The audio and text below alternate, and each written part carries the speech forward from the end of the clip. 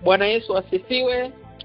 Karibuni sana wapendwa wetu wote katika kipindi kingine tena cha Bible Study.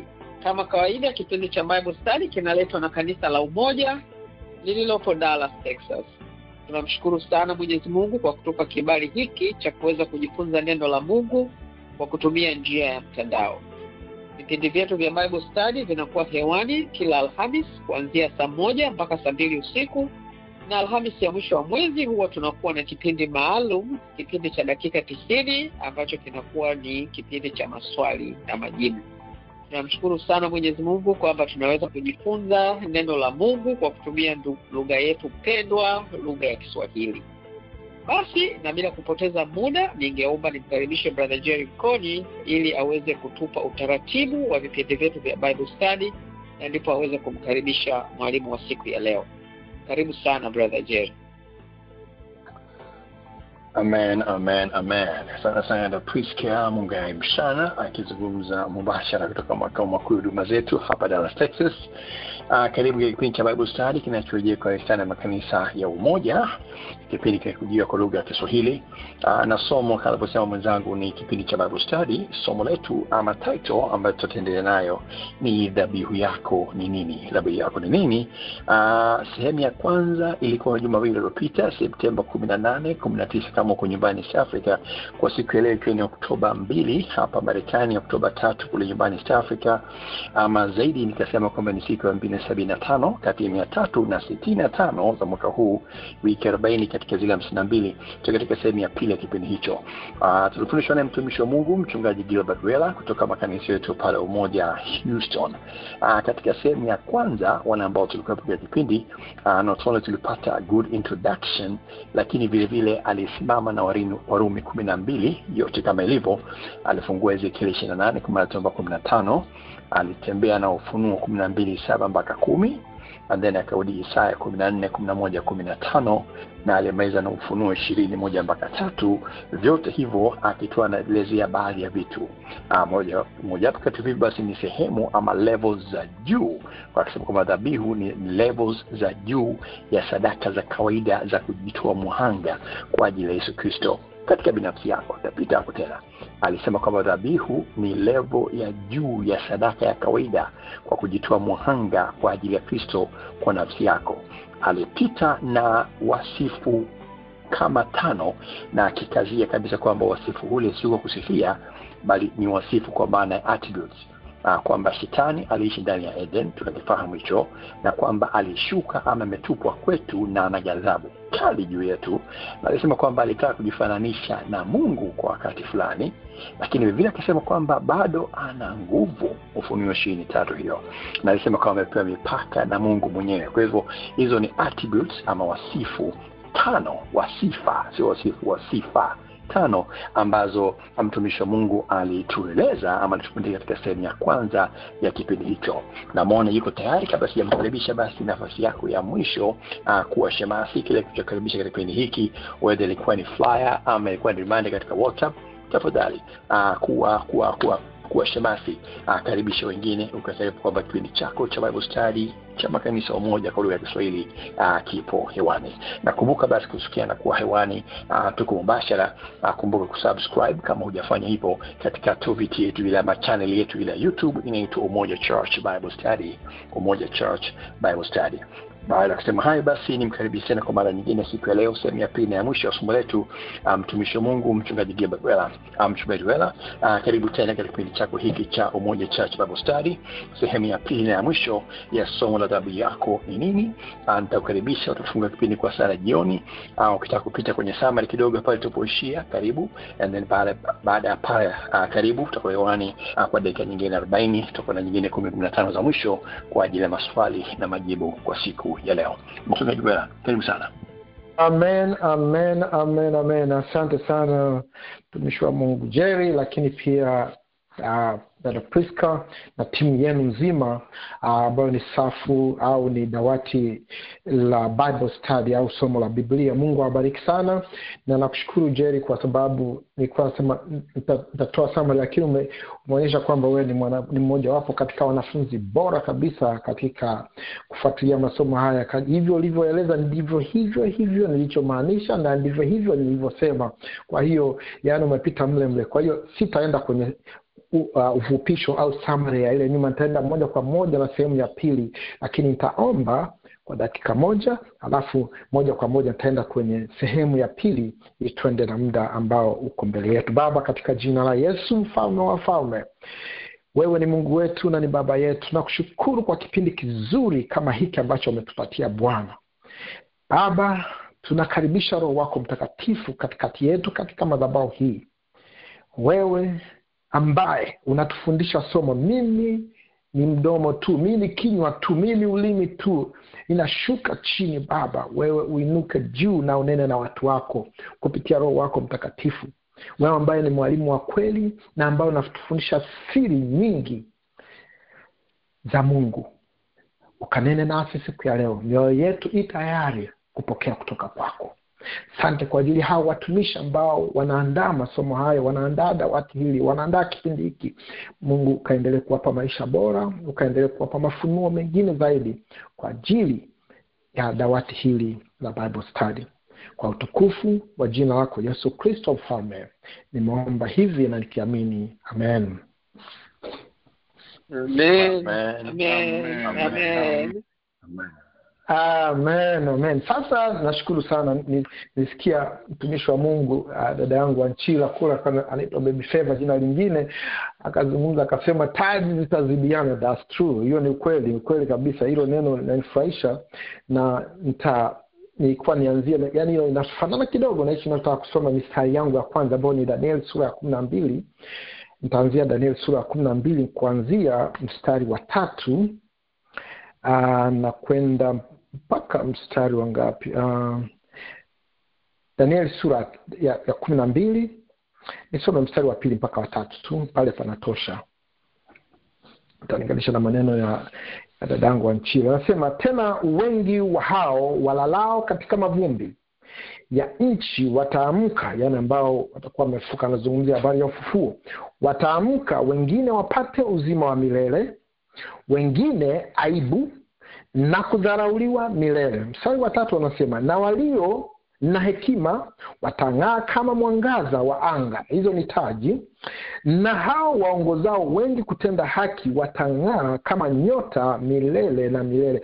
Anazungumzia levels, anazungumzia viwango hivyo vipo katika mbingu. Wakati tutakapokuwa tumekwenda katika tumesha nyakuliwa, tumeenda mbinguni, hizi ni levels Mungu ambazo anazitaja.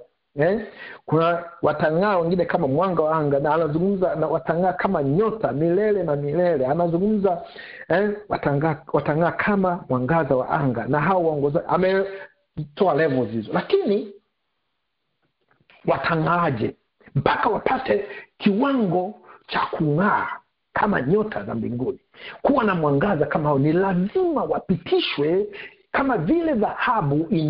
Ni lazima mchezo unachezwa duniani.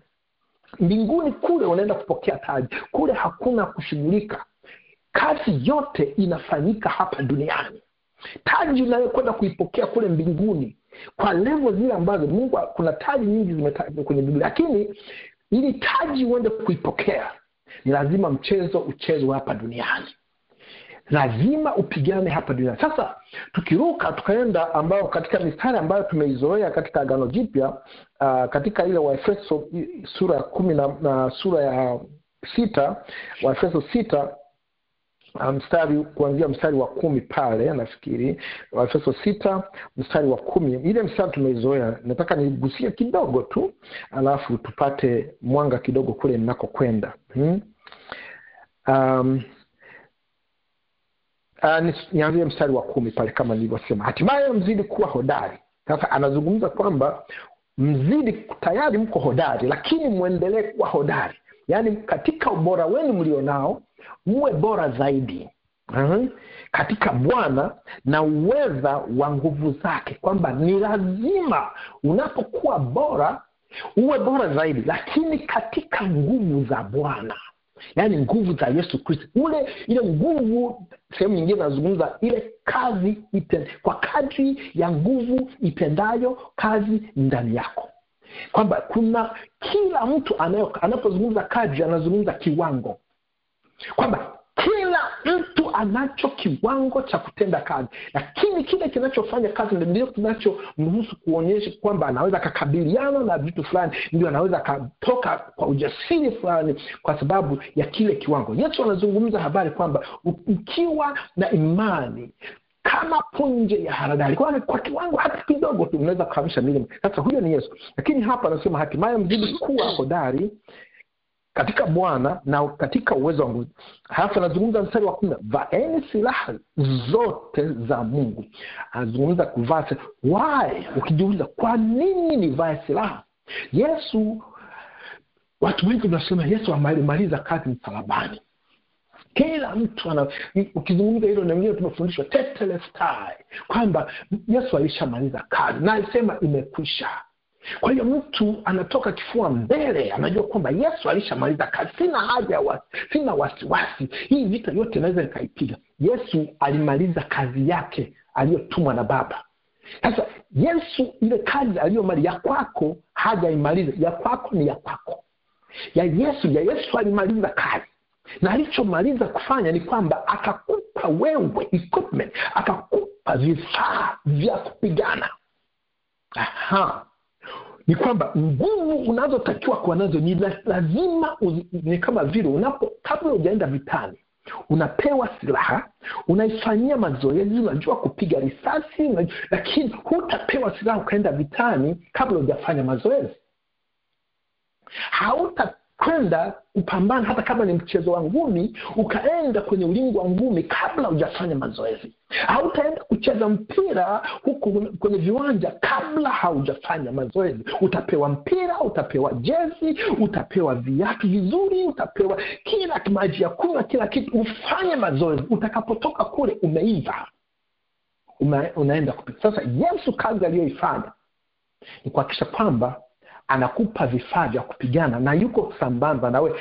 Si kwamba Yesu atapigana vita vyako, unapigana wewe akiwa sambamba na wewe. Ni kweli amesema atakupigania, lakini ni lazima uingie vitani. Ni lazima sasa unajitoa kwa kiasi gani? Na sasa naenda kwenye upande wa dhabihu. Ndio maana nasema sehemu ya pili itagusia sana dhabihu. Ni kwa kiasi gani unaingia katika uwanja wa mapambano. Hiyo ndio dhabihu yako, kwa sababu mara nyingi tunapenda hizi vya juu tu, hizi vya juu kidogo tu hizi. Unakwenda unajifungia mahali, unaomba siku 3 kavu, ukitoka pale umemaliza. Lakini sasa yule adui uliokuwa naomba, kwa nini usiende ukamconfront uso kwa uso? Nafikiri kama nimeshamaliza kwa maombi, lakini Yesu anakutaka uende ukapambane naye. Hizo ni kwa namna yoyote ile ambayo unakuhitaji. Ni lazima ufike mahali.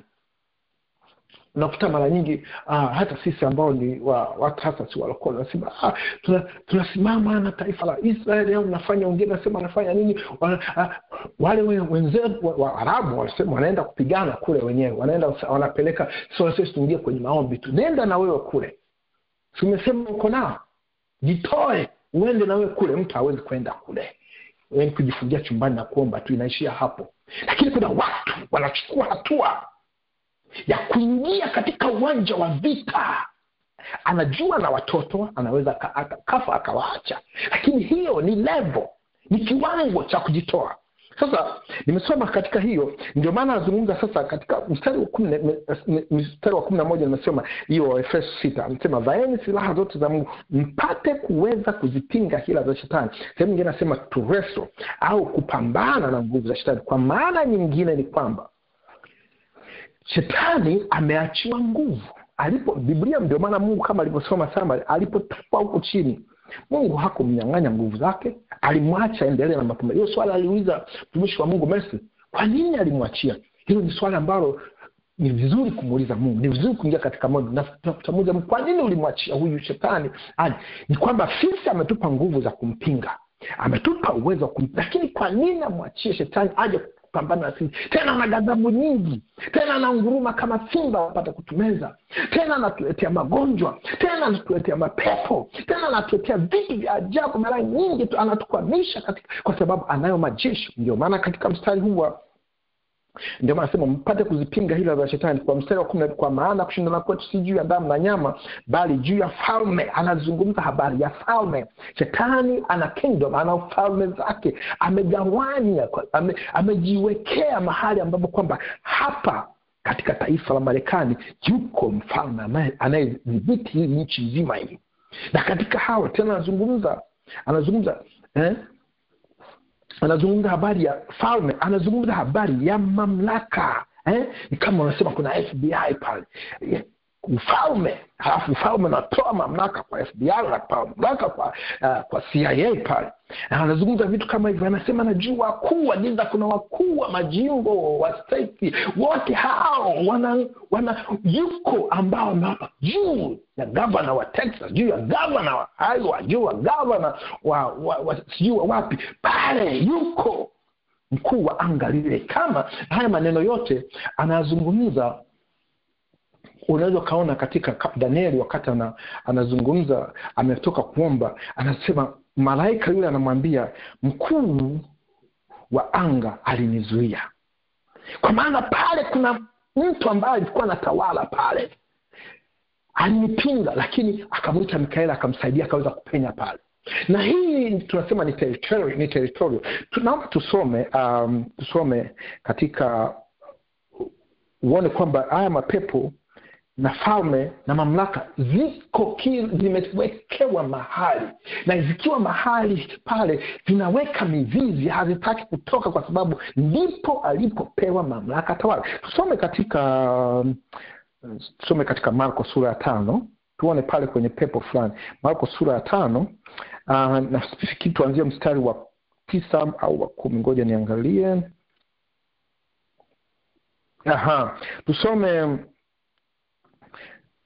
Tusome kuanzia mstari wa sura ya 5. Tusome kuanzia mstari wa kwanza, afu tafika huko mbele kidogo. Nasoma, huyu ni Yesu. Wakafika ng'ambo ya bahari mpaka nchi ya Ugerasi. Na alipokwisha kushuka chomboni, mara alikutana na mtu ambaye ametoka makaburini, mwenye pepo mchafu. Huyo pepo tayari ameshaingia ndani ya mtu. Makao yake yalikuwa pale makaburini, wala hakuna mtu yeyote aliyeweza kumfunga tena hata kwa minyororo. Tayari alishakuwa na nguvu nyingi huyu mtu, lakini nguvu aliyokuwa nayo ni kwamba lile pepo linaingia katika mtu, linatumia mtu yule, hata kama hana muscles za kutosha, lakini anaonekana na nguvu, kwa sababu alikuwa amefungwa mara nyingi kwa pingu na minyororo. Akaikata ile minyororo na kuzivunja zile pingu, wala hakuna mtu aliyekuwa na nguvu za kumshinda. Watu wote waliokuwa mle, hakuna kilichokuwa kina operate ndani yake, ni nguvu aliyokuwa nayo ndani, ambayo ni ya pepo, ambayo tunazungumza habari za shetani. Na siku zote, mstari wa 4, usiku na mchana alikuwa hapo makaburini na milimani, akipiga kelele na kujikatakata kwa mawe. Alipomwona Yesu kwa mbali, alipiga mbio akamsujudia, akapiga kelele kwa sauti. Sasa huyu ni mtu mwenyewe, akasema sasa huyu mtu amekimbia pale, kwa sababu pepo hawezi kujipeleka kwa Yesu, lakini sasa ndani yake, sasa Biblia inazungumza akapiga kelele kwa sauti kuu. Sasa hapa anayepiga kelele ni pepo ndani ya mtu. Akasema, nina nini nawe Yesu, mwana wa Mungu aliye juu? Na kuapisha kwa Mungu usinitese. Pepo sasa limeshatambua mamlaka. Pepo sasa limeshatambua nguvu. Pepo sasa limeshatambua kwamba huyu sasa ni Yesu mwana wa Mungu. Lenyewe hajamuona huyu ni pepo anakamba, lakini kwa kumuona tu tayari anajua kwamba ni Yesu, na pale ndani yake kuna nguvu. Tunapozungumzia nguvu inayotenda kazi ndani yetu. Sasa tunaendelea. Kwa sababu amemwambia, ewe pepo mchafu, mtoke mtu huyu. Akamuuliza, jina lako nani? Akamjibu, jina langu ni Legioni, kwa maana tu wengi. Huyo ni pepo. Akamsihi sana. Sasa hilo ni pepo. Sikia. Akamsihi sana sasa anasema akamsihi kama mtu mmoja, lakini anasema asiwapeleke nje ya nchi ile, kwa maana lile ndio eneo lao. Mapepo wanapokuja mahali wana eneo lao. Tumeona kule kwa Daniel, lakini tunaona hapa sasa anamsihi asimpeleke nje ya nchi. Yaani kwa sababu lile ndio eneo walikuwa wanatawala. Wameshika huyu, wamekaa ndani ya huyu mtu, anaweza katerrorize watu, anaweza kafanya, lakini alikuwa pale, hataki. Legioni ni jeshi, hataki kutoka pale. Alikuwa na territory. Sasa anasema na hapo mlimani palikuwa na kundi kubwa la nguruwe wakilisha. Pepo wakamsihi wakisema, tupeleke katika nguruwe tupate kuingia wale. Biblia mstari wa 13 Yesu asema akawapa ruhusa wale pepo wachafu wakatoke wakaingia katika wale nguruwe, nalo kundi lote likateremka kwa kasi gengeni wakaingia baharini. Sasa kule baharini wanaweza kaingia viumbe wengine, lakini walipomsihi Yesu, Biblia inasema akawapa ruhusa. Unajiuliza kwa nini Yesu anawapa ruhusa? Mungu amedesign hivyo, ameweka time, ameweka seasons na ameweka nyakati kwamba mapepo watakuwepo duniani. Shetani atakuwa na kipindi chake cha kutawala, lakini amempa wakati ambao atakuja kumhukumu na kuja kumtupa katika jehanamu, ambazo ni siku zinazokuja huko mbele. Tunaweza kuigusia kidogo, lakini ataigusia sana. Lakini Mungu Yesu anamwambia pepo wanamsihi asiwaondoe kwenye lile eneo, kwa sababu ndio eneo lao. Anaweza kaondoa katika mtu, lakini katika ile nchi wamemuomba asiwaondoe nje na kuwapeleka nje ya nchi. That's their territory. Sasa nikiendelea hapo, sasa tumesoma hiyo Waefeso ambayo nimesomea kwamba uvae silaha zote.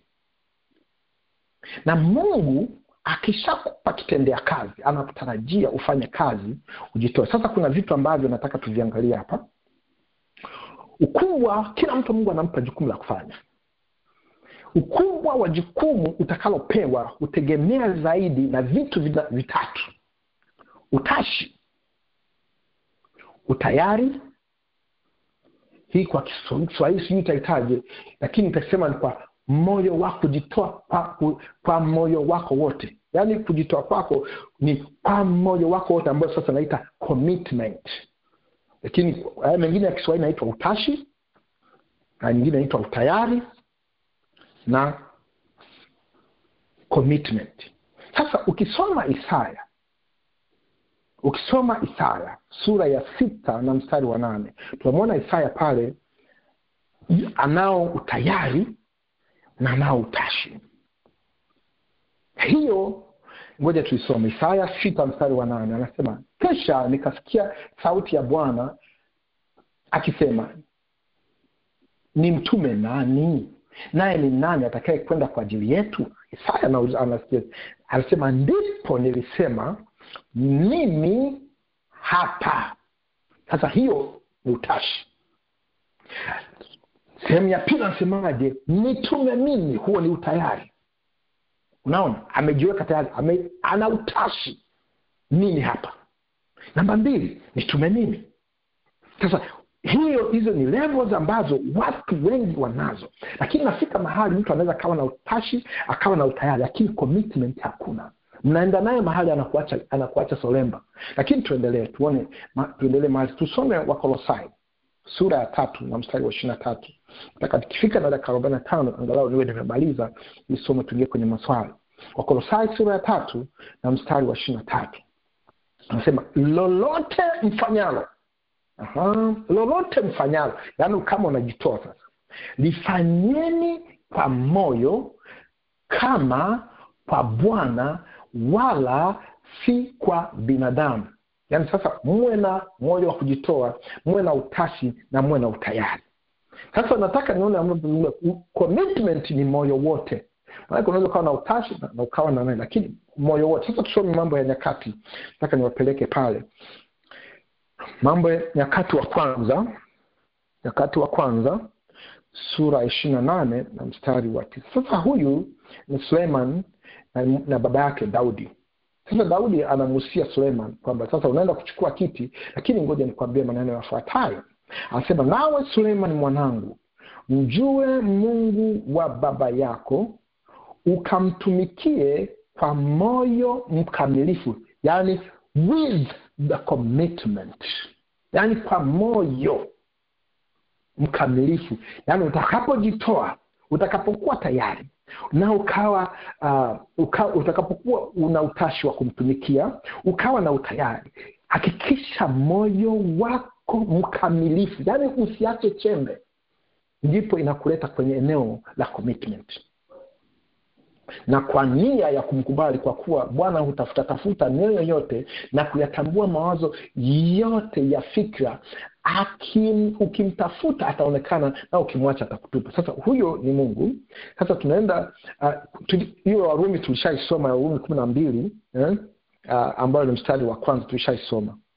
Lakini nataka nikupeleke sehemu nyingine ambayo nataka tuisome. Filemoni sura, tuone mtu mmoja anaitwa Dema.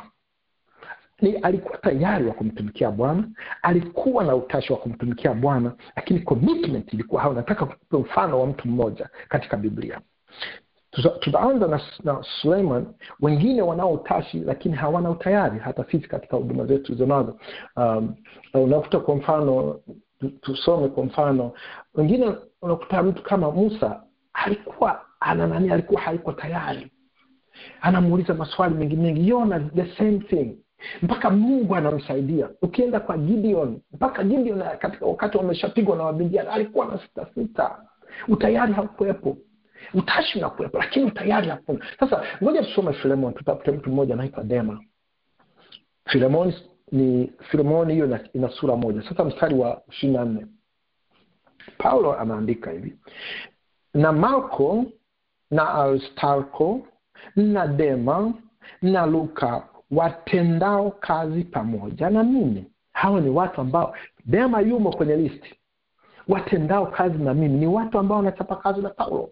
Ina maana wana utayari wao, wana utashi mle, wanafanya kazi. Lakini sasa commitment ikoje? Sasa anasema my fellow laborers. Tunaenda Wakolosai sura ya 4 na mstari wa 14. Anasema hivi, Wakolosai 4:14, Luka yule tabibu mpendwa na Dema, namrudia Dema hapo, anawasalimia Wakolosai katika barua. Anaambia na Dema, Luka yule tabibu na Dema wanawasalimu. Tumeshaambiwa kwamba kule Dema ni mchapa kazi pamoja na mimi, na anao tayari, anao utashi. Lakini je, tunatafuta commitment? Na sehemu nyingine alizungumza kusema nimebaki peke yangu na Luka na watu wengine. Kuna wengine walimwacha. Sasa Timotheo wa pili sura ya 4 mstari wa 10. Biblia inazungumza hivi: maana Dema aliniacha, means no commitment.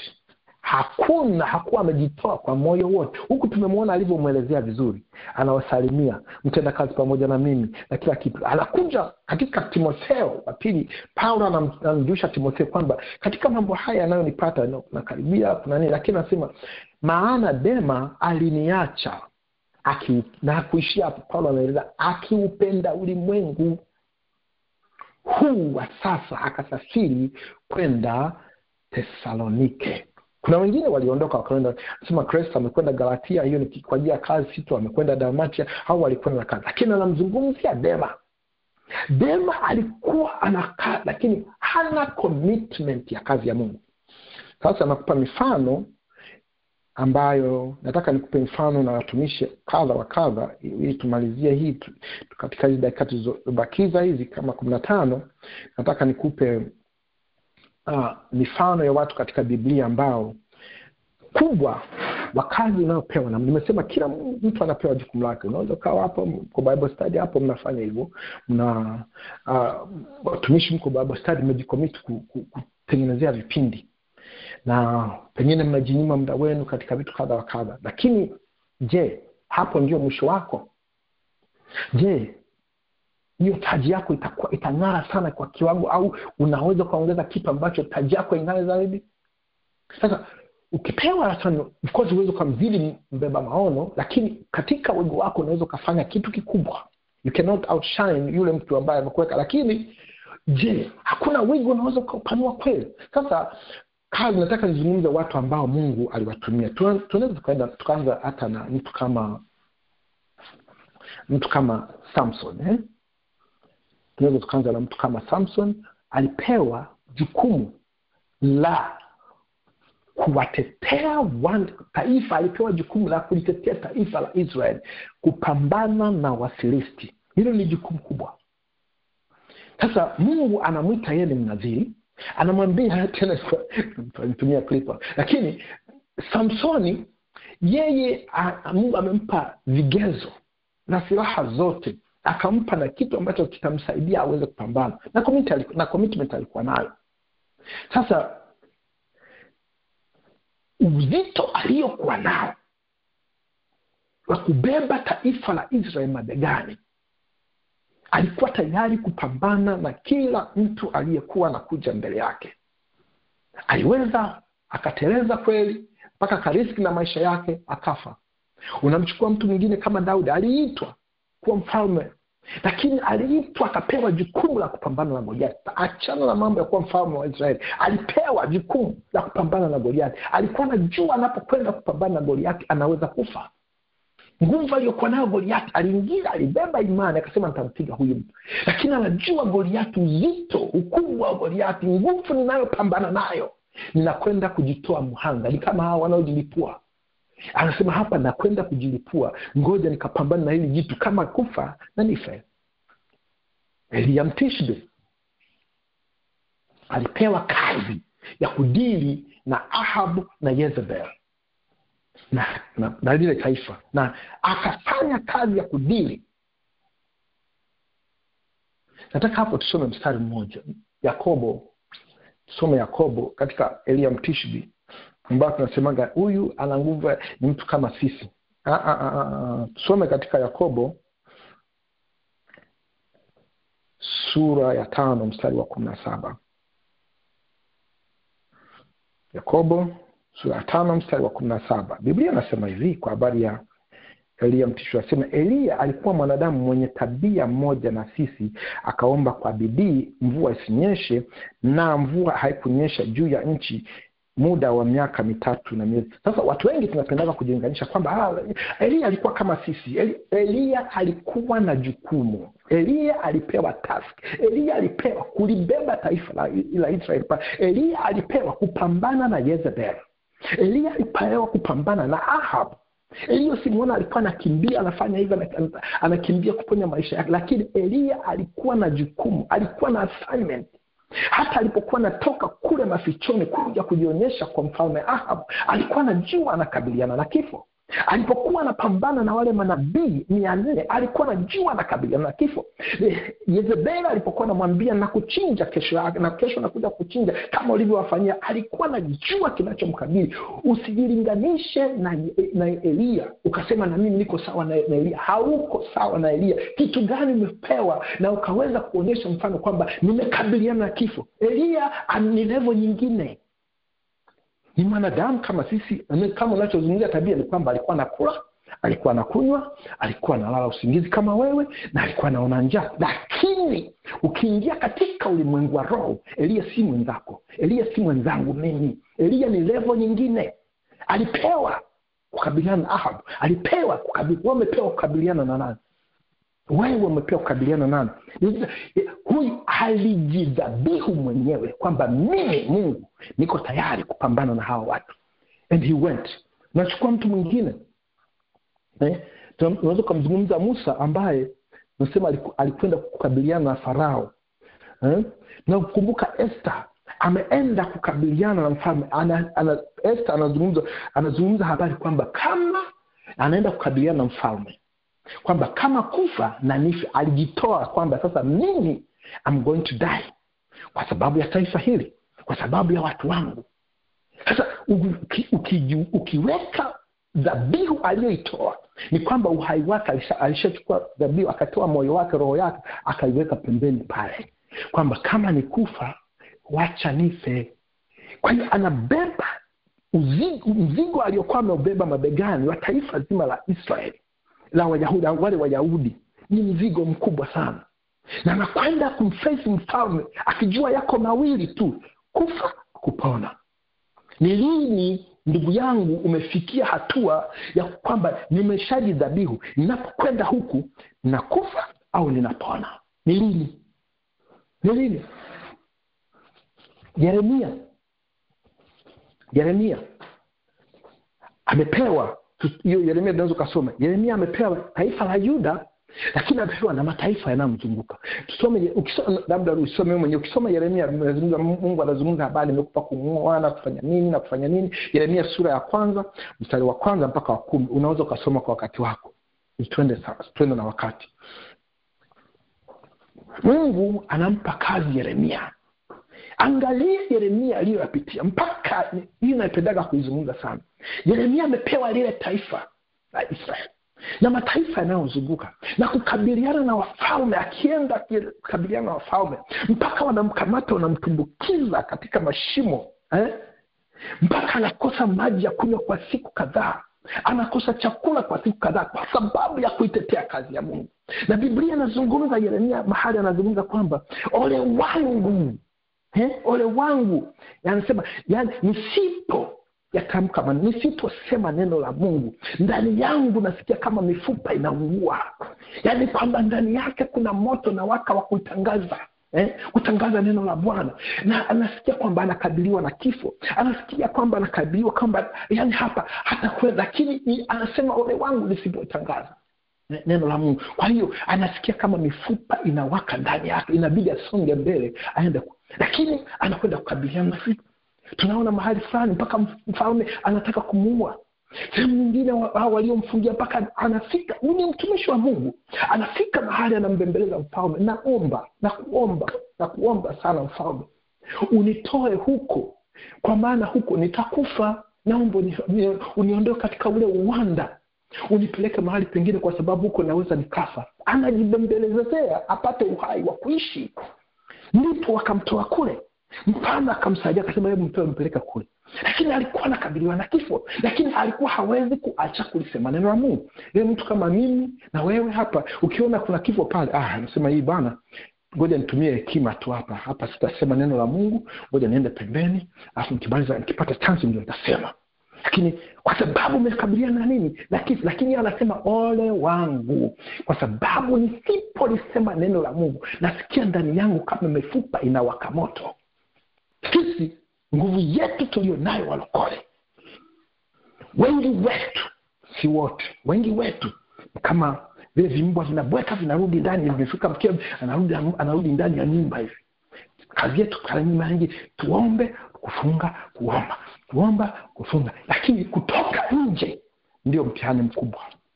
Hatutokaji, maneno yote yanaishia kwenye maombi tu. Lakini Mungu, hiyo ni hatua moja ya kujiequip. Mungu anasema hiyo ni njia hapo, kwa sababu ni moja ya silaha. Ukishaibeba hiyo silaha, toka nje, kabiliana. Anasema Mungu atakuonyesha kitu cha kabisa. Twende mtu mwingine. Tumezungumza kama Gideon huyo, tukizungumza habari ya Isaya alivyokuwa anafanya. Ukisoma Wafalme 4 tunamwona Isaya alivyokuwa ameitwa. Inafika mahali Isaya Wafalme sura 4 utaona habari ya Isaya pale. Isaya amekuwa ni nabii kwa wafalme kama 4. Kulikuwa na Uzia, kulikuwa na Jotham, kulikuwa na Ahazi, kulikuwa na Hezekia, wote na pengine Manase. Kwa sababu hii haikuandikwa kwenye Biblia, lakini nasema Isaya mfalme Manase, baada ya kuona huyu amemuja anatoa nabii. Na Manase alikuwa mfalme mzuri, lakini baada kwamba alimkata kichwa katikati, akapasua katikati kutoka kichwa mpaka miguu, kipande kimoja huko na kipande kingine huko. Lakini hakuwa ameacha kuhubiri neno la Mungu, pamoja na kwamba alikuwa anakabiliana na kifo. Ukiendelea na Ezekiel, nilizungumza moja pale kanisani juzi wakati nafundisha. Ezekiel alijitoa kwa ajili ya kazi ya Mungu, na Mungu akamtoa Ezekiel, akamchukua mke wake. Biblia inazungumza, soma sura ya 24 ya Ezekiel. Soma sura ya 24 kuanzia mstari wa 17 pale. Mungu anamwambia Ezekiel kwamba leo anamwambia nitaitwaa tunu ya macho yako, yani mpenzi wa moyo wako, yani mke wako, ninaenda kumfanya awe ni mfano kwa ajili ya taifa la Israeli. Ezekiel anazungumza, anasema asubuhi nikaamka, nikahubiri neno la Mungu, kafanya ninachofanya. Jioni mke wangu akafa.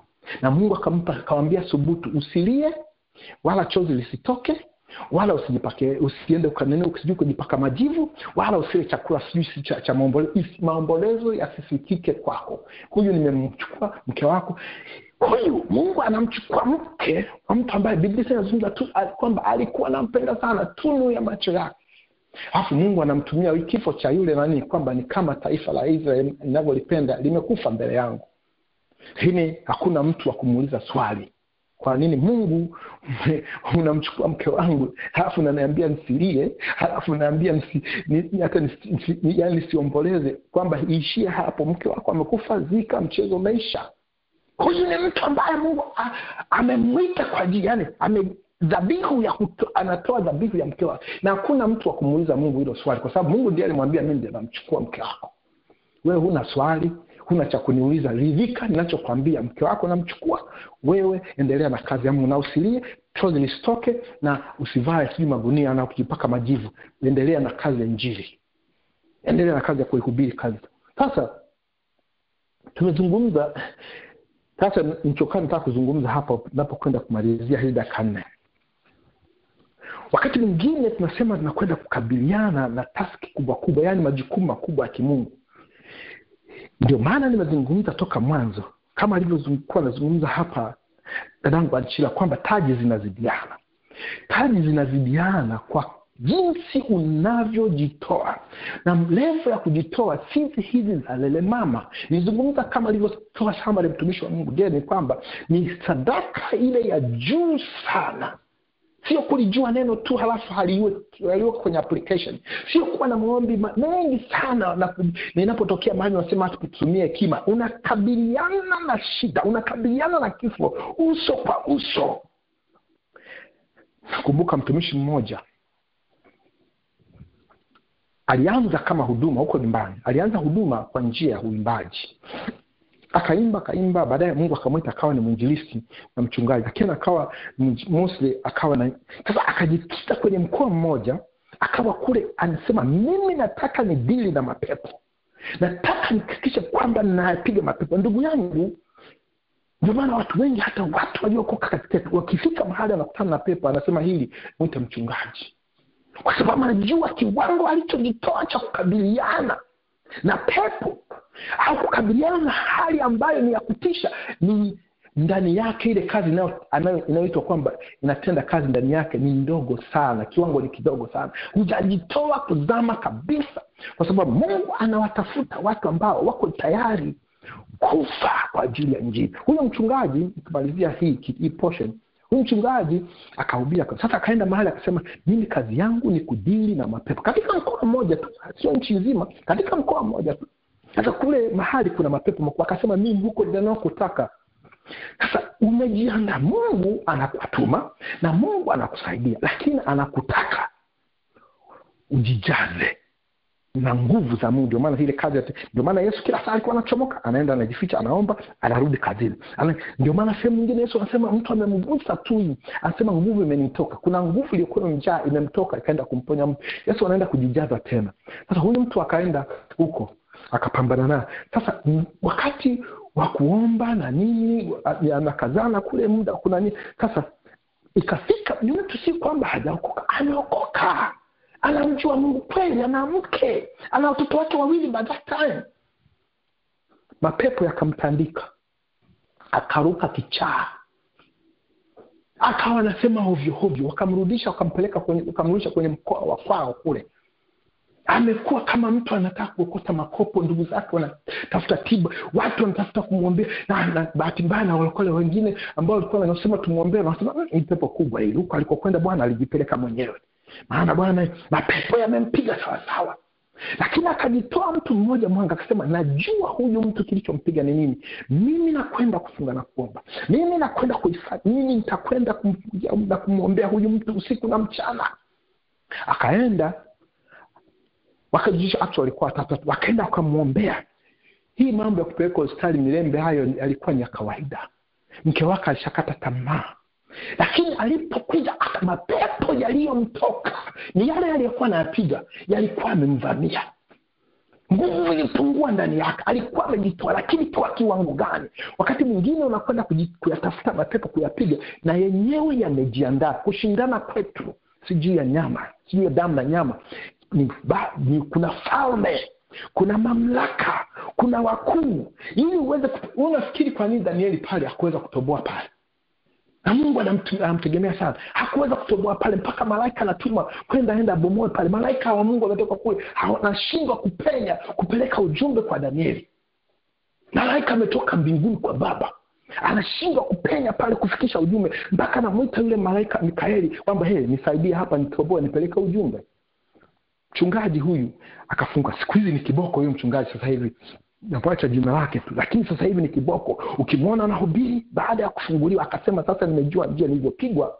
Kuna mahali si kwamba nilitenda dhambi, lakini sikuwa nimejaa sawa sawa. Kuna mahali nijaa, lakini sikuwa, kuna vitu nilikuwa naomba, naendelea nafanya kazi na piga mapepo, na kwa kingine nasahau kwenda kuomba, au nikiomba naomba masaa machache, naenda shambani kule mapepo yakanipata. Maana nguvu zilipungua ndani yake. Na Mungu anakutaka vaeni silaha zote, alafu jitoe uende kupambana. Huyu mtu mchungaji akarudi, sasa hivi anachapa kazi, sasa hivi anatimua mapepo, sasa hivi nasikia anaenda, of course anakwenda kwa maarifa. Amekuwa, Mungu amemtengeneza, ametoka katika hali ya ukichaa alikuwa amepigwa na yale mapepo. Sasa na sisi ndivyo Mungu anatutaka. Dakika namaliza dakika moja tu, namaliza hii dakika moja iliyobaki. Unaweza ukataka kudili na kilinge cha wachawi, lakini lazima ulipe gharama. Lazima ulipe gharama. Utakwenda na maombi ya dakika 10-20, utaenda na maombi ya kujifungia chumbani eti kutoka kule enda kudili na kilinge cha wachawi ambapo wameweka mizizi. Maombi yako ya nusu saa hayatakubeba pale mapepo yatakapoinuka kupambana na wewe. Ukiamua kushughulikia mtaa wako, jipange kupambana na mkuu wa mtaa wako. Yuko pale mkuu. Biblia imezungumza mamlaka na wakuu. Yuko mkuu wa mtaa wako pale. Ukiamua kuchapa usingizi, no problem, na mkuu wa mtaa wako hana shida na wewe. Lakini ukimuinukia, anakuinukia. Ukitaka huduma yako iwe ni ya uponyaji, iwe sijui ya nini, lazima ulipe gharama, ujitoe mhanga mbele za Bwana. Ukiamua au ukitamani kudili na mafree mason katika eneo lako, iwe ni la kazi, iwe ni katika biashara zako, ni lazima ulipe gharama. Ndio nazungumza dhabihu. Ni lazima ulipe gharama. Sio kufunga kwa siku 3, sio maombi ya mchezo. Ni lazima ulipe gharama. Ni lazima uingie katika vitendo, hata kama ni kukabiliana nao.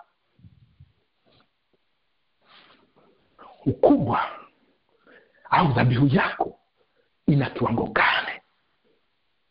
Mungu akusaidie upate kufumbua macho kwamba umetumwa, kwamba wewe ni mchungaji mahali, kwamba wewe ni mkuu wa kitengo fulani katika hii, hata katika department ya Bible study au katika department ya maombi unakabiliana.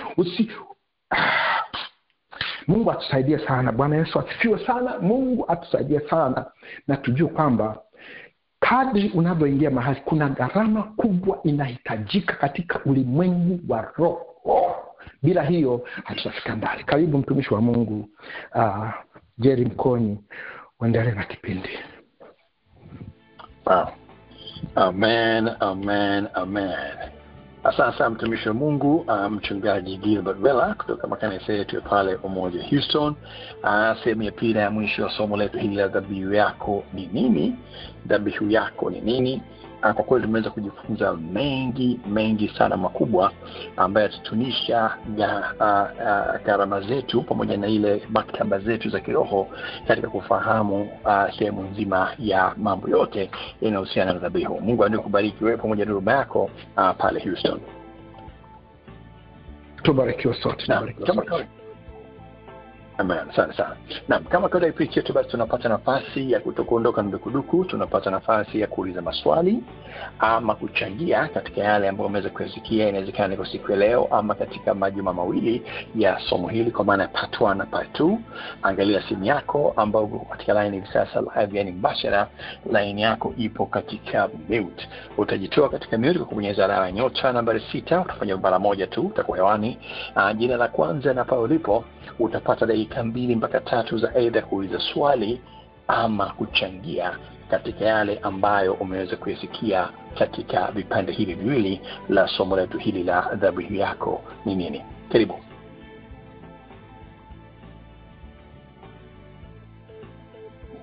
Ruhusa kuwa kwanza, muda umekatika kidogo, lakini nafahamu kabisa kwamba tutapata nafasi ya kuchangia. Angalia simu yako, na kama ulikuwa unazungumza na sija kwa acknowledge, inawezekana kabisa kwamba bado upo katika mute.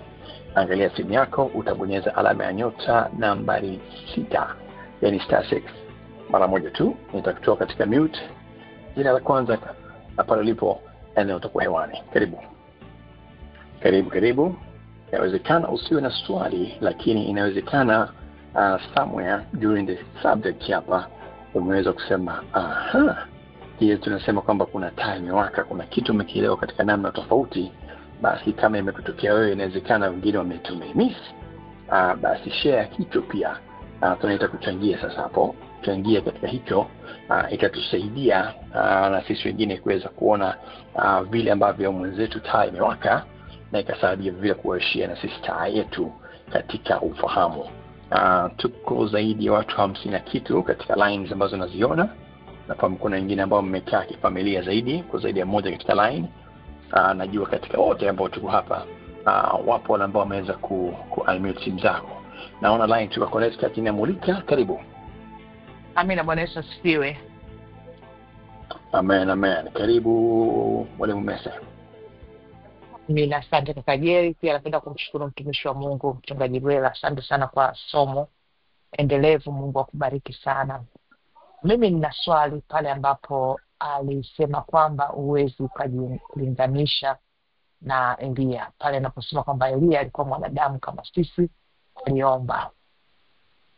Mimi ninavyojua kwa mtazamo wangu kwamba sio kwamba najilinganisha kama Elia, lakini kwamba ninajitia moyo katika Bwana.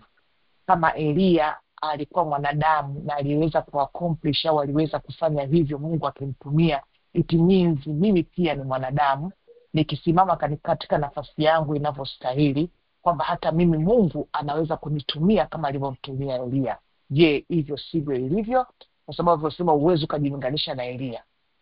Si kwamba najilinganisha, lakini katika huo mfano mimi mwenyewe naweza nikatumia kwamba Elia alikuwa mwanadamu kama mimi, lakini aliomba kwa bidii. Na mimi je, nikifanya bidii katika lile ambalo Mungu ameweka ndani yangu, sitakuwa sawa sawa na Elia kama maneno ya Mungu yanasema kwamba na yeye pia alikuwa mwanadamu? Amen. Sasa kwa swala kuzuri hilo la Messi kutoka pale Connecticut, anataka kufahamu ama asaidiwe kidogo kwamba kwa nini mwalimu ametumia neno kwamba huwezi kujilinganisha na Elia. Nafikiri ni katika Wafalme wa Pili 4, hakuisoma lakini alipita mule kwa sababu ya muda. Kabla sijamkaribisha mwalimu mwingine, una mawazo gani ambayo katika kipindi hiki kwa nini unahisi mtumishi alisema uwezi kujilinganisha na Elia? Iko katika Yakobo, sio Wafalme, iko katika Yakobo. Amen. Au Yakobo 5:17. Asante. Haya. Asante kwa leo. Kwa nini unafikiri mwalimu amesema huwezi kujilinganisha na Elia? Je, wewe ambaye ni msikilizaji unavyoona sawa? Unafikiri unaweza kama mbavu za swali ametembea hapo? Angalia simu yako, iko katika mute, alama ya nyota nambari 6 ndio hatua ya kwanza, itakutoa katika mute. Utabonyeza alama ya nyota nambari 6. Jina la kwanza pale ulipo utakuwa hewani. Huwezi kujilinganisha na Elia. Kwa ni wazo la mwalimu. Unaonaje katika hilo? Sawa? Si sawa?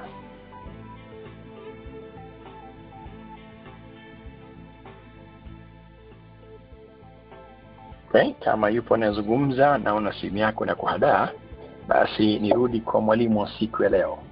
Tamka hilo. Ulikuwa unafikiria una mawazo gani hapo mtumishi? Kwa nini umefikiria kwamba hatuwezi kujilinganisha na Elia?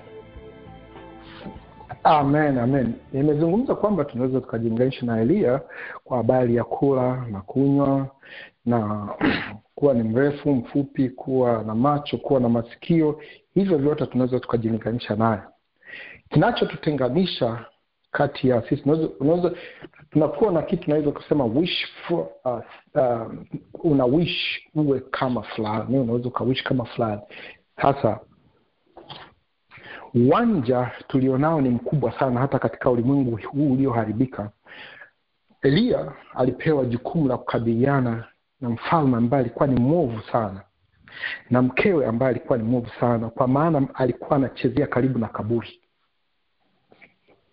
Sasa tunachozungumza hivi ni kwamba hata sasa tulivyo wengi tulioko humu, viko vitu vingi ambavyo tunaweza tukwenda kukabiliana hata na governor wa state yetu, tunaweza kwenda kukabiliana na mtu pale hata Ikulu kwamba bwana uamuzi huu uliofanya ni mbaya, tunaweza tukakabiliana na hata na askari walioko barabarani wanaofanya wanafanya. Tunayo sababu ya kwenda kufanya hivyo. Je, tumefanya hivyo? Ninachotaka kuzungumza ni kwamba ujitoaji muhanga wa kwetu sisi, kujitia nguvu au kujiaminisha ni sawa. Je, umeshachukua hatua? Ndio hicho tunachozungumza kwamba kujiaminisha, utashi, utayari na commitment. Nimezungumza vitu vitatu pale.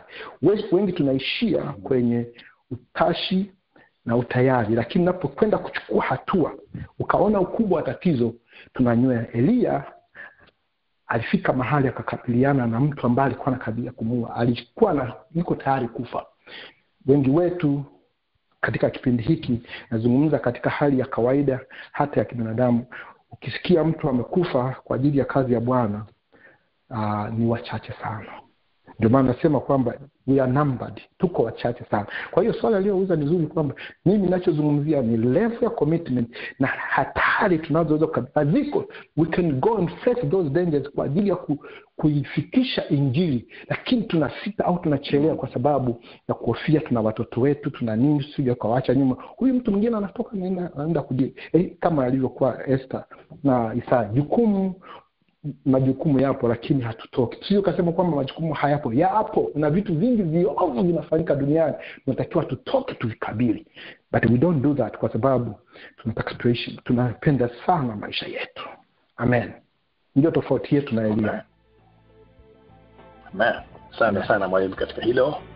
Amepita zile sehemu tatu: utashi, utayari na kujitolea, ni commitment. Na kumbuka kipindi alifundisha alipiga na nyundo kubwa zaidi, akasema uwe tayari kulipa gharama. Nirudi Connecticut pale. Dadangu message, tuko pamoja? Tumekusogeza somewhere? Hapana, kwa sababu mimi bado swali langu nafikiri hajajibu. Na mimi nilipouliza swali sikusema kwamba kujilinganisha kwa urefu, ufupi, unene au nini. Nilikuwa nasema kwamba kujilinganisha na Elia kutokana na kazi ya Mungu. Tumekubaliana kwamba kila mtu ana wito tofauti tofauti na Mungu amemuita kwa namna tofauti. Elia aliitwa kupigana huko na kwa kazi hiyo. Mimi labda nimeitwa kwa kazi nyingine. Katika ile kazi ambayo Mungu ameniita, mimi nikisimama katika utashi, katika kujitoa, katika vitu vyote hivyo, je, nitakuwa niko sawa? Kwa sababu ukisema siwezi kujilinganisha na Elia, it means naweza nikajitoa kama kwa sababu wewe mwenyewe kuamua. Na mimi nikiamua nikasimama kama Elia katika ile nafasi iliyonipa, of course sitasimama kama Elia alifanya kwa upande huu ambao Mungu amenipa, kutokana kila mtu Mungu amepewa kipawa chako na uwezo wako kufanya kazi. Nikisimama katika hiki kipawa na uwezo ambao Mungu amenipa nikafanya hivyo vyote ambavyo amevitaja, je, siwezi kutoa mfano kama Elia kwamba alikuwa mwanadamu na mimi ni mwanadamu, na nimeweza kusimama na kufanya ile task ambayo Mungu amenipa, na nimeifanya exactly Mungu alivyofanya, kama kufa nife, nimesimama. Ndio hicho ni kwa swali yangu. Amen. Leo hapo na labda tusiambulisha mwalimu, labda siamuingiza mwalimu, mtumishi Mese, unatoa room kwamba wapo wengine binadamu ambao inawezekana na utashi, wana utayari, lakini sio kujitolea, and hence hawatakuwa sawa na Elisha, ama doesn't look wako tayari kulipa gharama. Ama unazungumza kwamba je, hamna mtu mwingine, doesn't matter everybody, lakini hakuna mtu mwingine ambaye anaweza kawa na hayo yote kama ambavyo alikuwa Elisha. najibisha kuangalia kama unataka kusema kwamba hamna kabisa, ama unataka kutetea kwamba unavyoona wapo wachache. Navyoona wapo ya kwamba mtu akisimama yupo na anaweza akasema kwamba amefuata mfano kama Elia alivyofanya. Yes. Okay. Sounds good. Mwalimu, nafikiri tumeweza kulenero hapo. Mweza swali anataka kusema kwamba si wote lakini bado wapo. Je, unaamini bado wapo? Mimi ndio maana pale nasema wapo lakini ni wa kuhesabu. Nafikiri nizungumza hapo kwamba wapo lakini wapo ni wa kuhesabu sana. Ndio maana Biblia pale nasema kuna wengine watang'aa kama nyota. Mungu anajua kwamba si kwamba Mungu anapenda wote wang'ae, lakini kuna wengine hawatang'aa. Wengine watakuwepo. Tena Biblia inasema wataokoka kama kwa moto. Na wengine watakuwa na kudharauliwa. Ni kwamba levels ziko tofauti na zinatokana na vitu vitatu: utashi, utayari na commitment. Na hizo ndizo na Elia hiyo kitu alikuwa nacho. Ukimweka mtu kama Paulo pale, ukimweka watu kama kina Daniel walikuwa, na sisi tunaweza tukawa na hivyo. Je, tunaweza? Ni kweli tunaweza. Je, tumefanya? Kama tunaweza, tumefanya? Amen. Amen. Asante sana. Karla Mese, mwalimu kwa lugha ya mtaani tunasema kwamba amejibu kwamba hawavumi lakini wamo. Tuko pamoja? Amina, asante. Amen. Asante sana. Naam, kwa sababu ya muda basi nalazimika kwa roho ya upande kabisa niweke nukta kwa siku ya leo. Ni kushukuru wote kabisa ambao tumeweza kwa pamoja katika sehemu ya pili na mwisho somo letu hili. Na nimshukuru kipekee kabisa mtumishi wa Mungu mchungaji Gilbert Wela kutoka pale Umoja Houston kuweza kutuandalia somo zuri kabisa. Tumejaribisha kulinukuu vile ambavyo Mungu ametujalia. Na kama kawaida tutapata notes ambazo zitakuja katika WhatsApp group yako kama kawaida. Kwa hiyo ambao tutapata nafasi kusikia kipindi hii katika recording yetu katika YouTube account, basi wasiliana na kiongozi wetu Umoja Church aweze kukuadi katika makundi yetu WhatsApp ili uweze kupata na notes. Maana hapa utapata only the recording. Now, basi kwa mara ya kwanza kwa siku ya leo naomba nimkaribishe mchungaji kiongozi wa makanisa Umoja, Reverend Dr. Absalom Nasua. Atatoa na saa zake, atamkaribisha kiongozi wa Umoja Outreach Ministry aweze kutuongoza katika declaration yetu mpya ya mwezi huu wa 10, and then atatoa katika kipindi kwa sala ya jioni. Reverend Dr. Nasua, karibu. Amen. Asante sana mtumishi wa Mungu.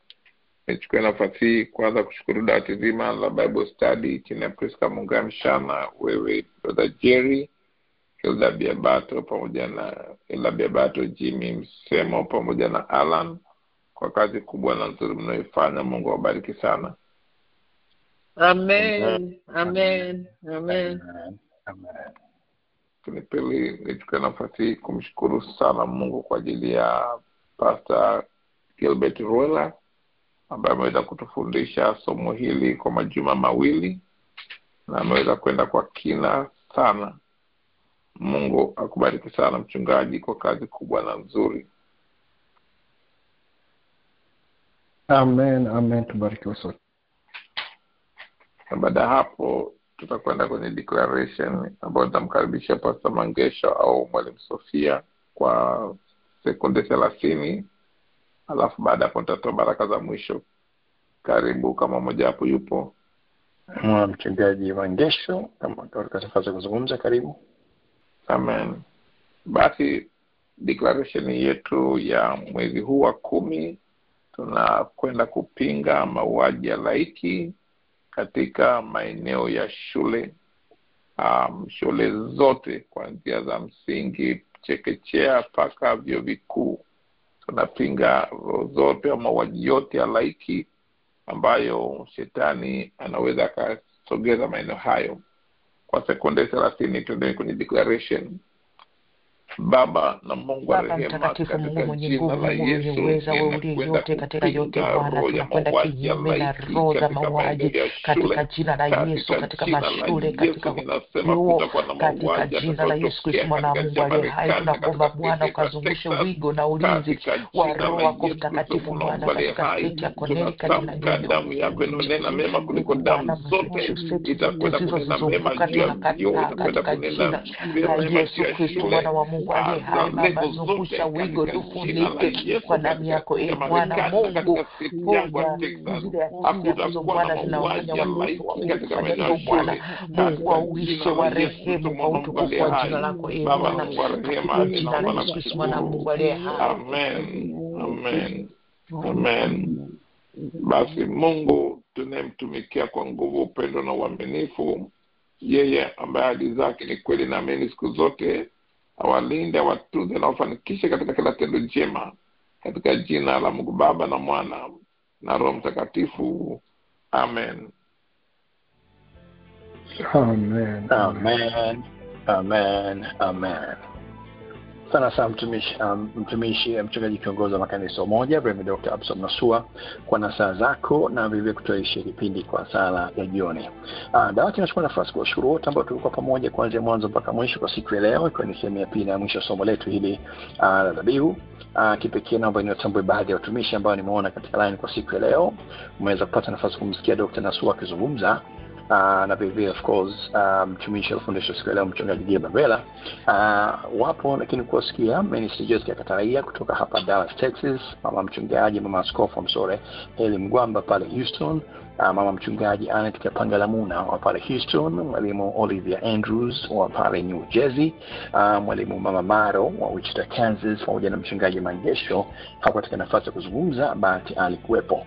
Na vishukuru vile dada Messi kwa swali lako zuri kwa siku ya leo, pamoja na mtumishi mchungaji Gabriela kwa majibu yako mazuri kabisa.